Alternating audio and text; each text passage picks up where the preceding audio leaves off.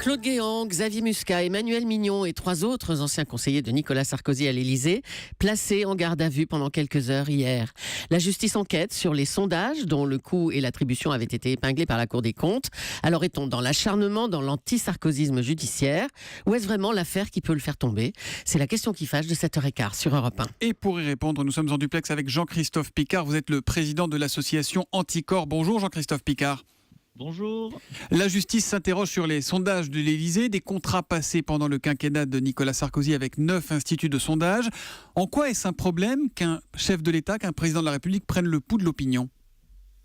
Ah oui, mais il y a une ampleur quand même assez énorme, puisque pendant le quinquennat de Nicolas Sarkozy, il y a eu 330 sondages pour un coût avoisinant les 10 millions d'euros quand même. Donc la moindre des choses, c'est que les choses se fassent de manière régulière, normale et qu'il n'y ait pas de problème dans la passation de ces marchés publics. Mais ils n'ont pas tous fait des sondages sur leur image, Mitterrand, Chirac, Sarkozy, Hollande aujourd'hui ? Alors, d'une part, il y avait une ampleur quand même assez incroyable sous Sarkozy. Et par ailleurs, l'objet des sondages était un peu curieux, puisqu'on parfois, on interrogeait l'opinion sur l'image du couple Sarkozy. Ce que nous disait Alain Acco tout à l'heure dans le journal de 7 heures. Avec sa femme, sur la grossesse de Rachida Dati, ou sur même l'image qu'avait l'opinion de Strauss-Kahn ou de Ségolène Royal de potentiels rivaux politiques. Donc là, ça n'est plus lié à la fonction présidentielle. Et par ailleurs, il y a d'autres problèmes, c'est qu'il y a certains sondages auraient été facturés 2 fois, une fois à l'Élysée, une autre fois à des journaux qui ont publié les sondages. Il y a certains sondages qu'on ne retrouve pas. Certains sondages ont été passés sans mise en concurrence. Donc on a des vrais problèmes quand même. Donc vous nous dites qu'il y a des problèmes de fond et de forme en fait.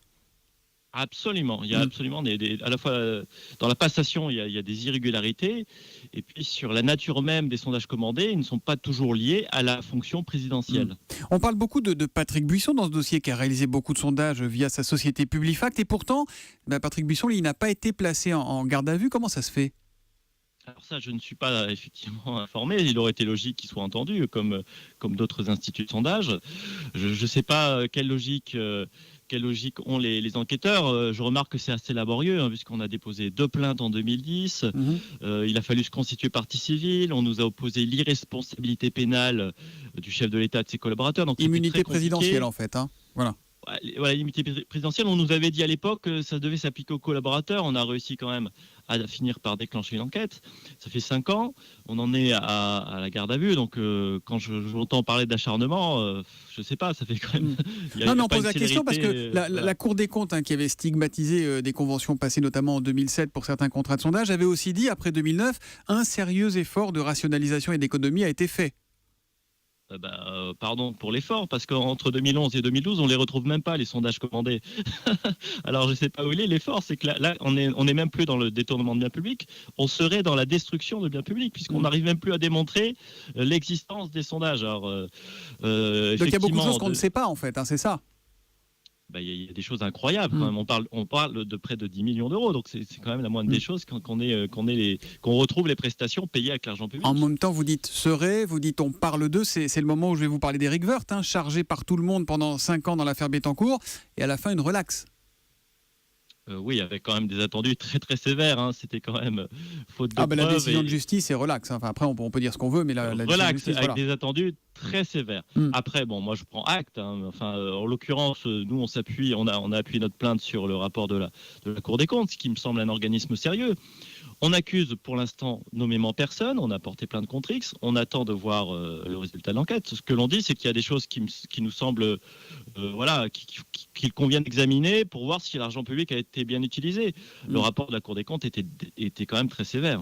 Et il n'y a rien de politique dans ce dossier, il n'y a rien de politique dans votre démarche. Le but, c'est pas de se faire, entre guillemets, Nicolas Sarkozy ? Écoutez, là, on vient de porter plainte contre Agnès Salle, qui est plutôt proche du pouvoir socialiste. Ancienne patronne de l'INA. Voilà, non, nous, ce n'est pas lié à la couleur politique, c'est lié à l'utilisation de l'argent public. Alors, c'est sûr que l'utilisation des moyens présidentiels vont concerner le président en fonction à l'époque, par nature. Non, on n'a pas vocation à s'acharner sur Nicolas Sarkozy. On a déposé de nombreuses plaintes contre des personnalités de gauche. Et aujourd'hui, par rapport à l'actuel chef de l'État, vous pensez qu'il y a des sondages encore ? Vous enquêtez là-dessus ou pas ? Ça se poursuit comme pratique ? ce que dit la Cour des comptes, c'est qu'il y a une nette amélioration des pratiques et une baisse du budget de l'Élysée. Donc on en prend acte. On n'a pas les mêmes sujets d'inquiétude qu'à l'époque de Nicolas Sarkozy. Il n'y a pas les dysfonctionnements incroyables qui ont été relevés à cette époque. Donc il y a une amélioration. La Cour des comptes dit aussi qu'on peut aller encore plus loin dans la rationalisation de l'argent public. Donc on espère que ça continuera, que la tendance va se confirmer à l'avenir. Merci Jean-Christophe Picard, président de l'association Anticor. Merci également à Jacques Terrance pour la réalisation de ce duplex, puisque vous étiez en direct de Nice. On précisera qu'aucune des 6 personnes qui ont été placées en garde à vue hier n'ont été mises en examen à l'issue de ces gardes à vue. Merci, bonne journée.